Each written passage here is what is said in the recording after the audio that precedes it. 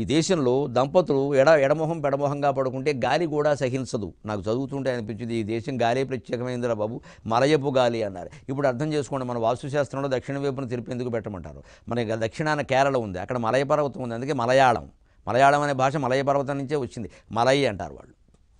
అక్కడ మంచిగంధపు చెట్లు ఎక్కువగా ఉంటాయి. దక్షిణ వైపు నుంచి మంచిగంధపు చెట్ల నుంచి గాలి వస్తుంది కాబట్టి భారతదేశంలో సాధారణంగా ప్రధానంగా దక్షిణ భారతదేశంలో దక్షిణ వైపును తెరిపి పెట్టమన్నారు. దాన్ని తెరిపెడితే ఏదో శుభం జరుగుతుంది, అశుభం జరుగుతుంది, ఈ పిచ్చి నమ్మకాలు అనవసరం. గాలి వస్తుంది అంతే. ఇప్పుడు ఇంకా దానికి మించి అపార్ట్మెంట్లు కట్టేయడం వల్ల ఏమీ గాలి రావట్లేదు, వాడు వదిలేసిన గాలి మనకు వస్తుంది, కర్మ. మంచిది. ఇంత వాతావరణంలో ఇలాగ మొత్తం భవనాల మీద భవనాలు కట్టేస్తారని ఊహించి వాళ్ళు వాస్తుశాస్త్రం రాయలేదు అక్కడ. కేవలం సౌకర్యాల కోసం అప్పటి భారతదేశ నిర్మాణాన్ని బట్టి వాళ్ళు చెప్పారు. అదంతా ఇప్పుడు వర్తిస్తుంది అనుకుంటే అంతకంటే అజ్ఞానం ఇంకోట్లేదు. ఇప్పుడు ఏది వర్తిస్తుందో ఏది వర్తిస్తుందో తెలుసుకోవాలి. నువ్వు ఇప్పుడు దక్షిణ వైపు తెరిపి పెట్టినా ఒకటే, పెట్టకపోయినా ఒకటే. ఎందుకంటే పక్కన గోడ కట్టేసి మొత్తం ఇంకో 5 అంతస్తులు ఎవడో కట్టాడు, ఏమిటి వచ్చేది గాలి, ఎక్కడి నుంచి వస్తుంది? దానికోసం దక్షిణం తెరిపేందుకు ఏం పెడతావు, అక్కడ ఉంది. ఇది అందుకోసం పెట్టి దానికి సెంటిమెంట్లు పెట్టుకోకూడదు. ఈ తెరిపి పెట్టకపోతే ఏదో జరుగుతుంది, ఈశాన్యం పెడితే ఏదో జరుగుతుంది, దానికి మన జీవితానికి సంబంధం లేదు. కేవలం ఆరోగ్య సంబంధ విషయం అది. సౌకర్యం, గాలి, వెలుతురు, ఆరోగ్యం, అంతకుమించి వాస్తుకు మనం ప్రాధాన్యం ఇవ్వక్కర్లేదు. జీవితంలో శుభాశుభాలకి, పెళ్ళిళ్ళకి, ఉద్యోగాలకి, డబ్బు రావడానికి పోవడానికి వాస్తుకి ఎటువంటి సంబంధం లేదు. కేవలం గాలి, వెలుతురు, సౌకర్యం, మహా అయితే ఆ గాలి వెలుతురులను బట్టే అనారోగ్యాలు, ఆరోగ్యాలు, అంతవరకే. దానికి ఇంజనీరింగ్ విద్య తెలిసిన వాడు చాలు. కాస్త ప్రాథమికమైన వాస్తు ఉంటే చాలు. వాస్తు తత్వమే తెలుసుకోగలిగితే మలయపు గాలి తెలుస్తుంది. ఇంకా విశేషాలు ఇదివరకు చెప్పుకున్నాం. ఇది సర్వార్థదాత్రియే నమః అంటే మన ధర్మాన్ని మనం నిర్వర్తించగలిగితే అమ్మవారు మనకి అన్ని ప్రయోజనాలు నెరవేరేలా చేస్తుంది.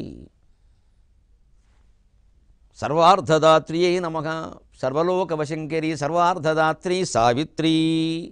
699వ నామం సావిత్రియే నమః.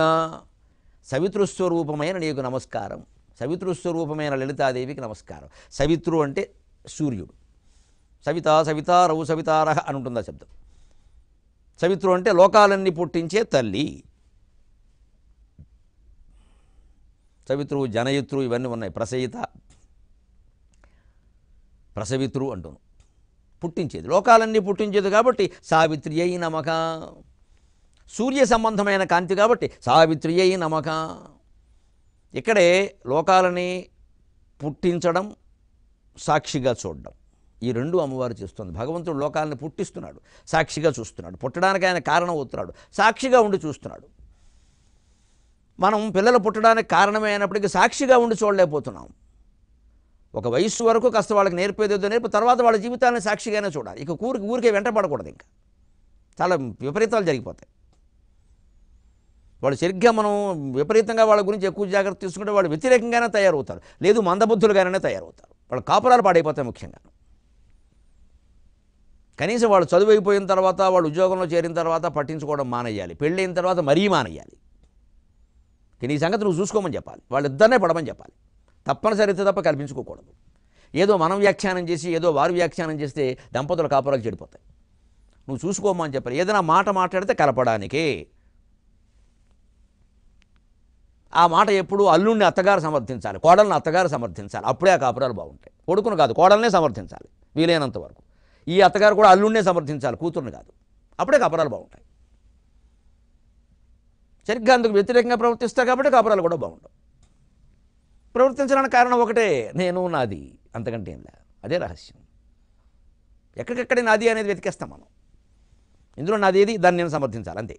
ఎందుకంటే అది తప్పు. ఆ నాది అన్నటువంటి వ్యక్తి ఎవరినో కొడుకోనో కూతురనో భావిస్తున్నామో వారు తప్పు చేస్తే మనం చేసినట్టుగా భావిస్తాం. ఎందుకంటే రక్తం కాబట్టి.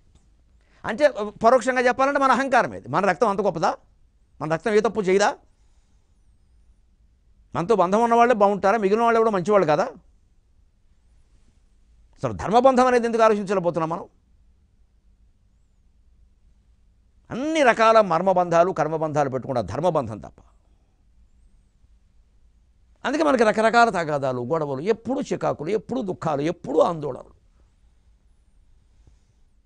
ఇది ఏమీ అక్కర్లేదనేటువంటి సంతృప్తికర వాతావరణం కనపడదు.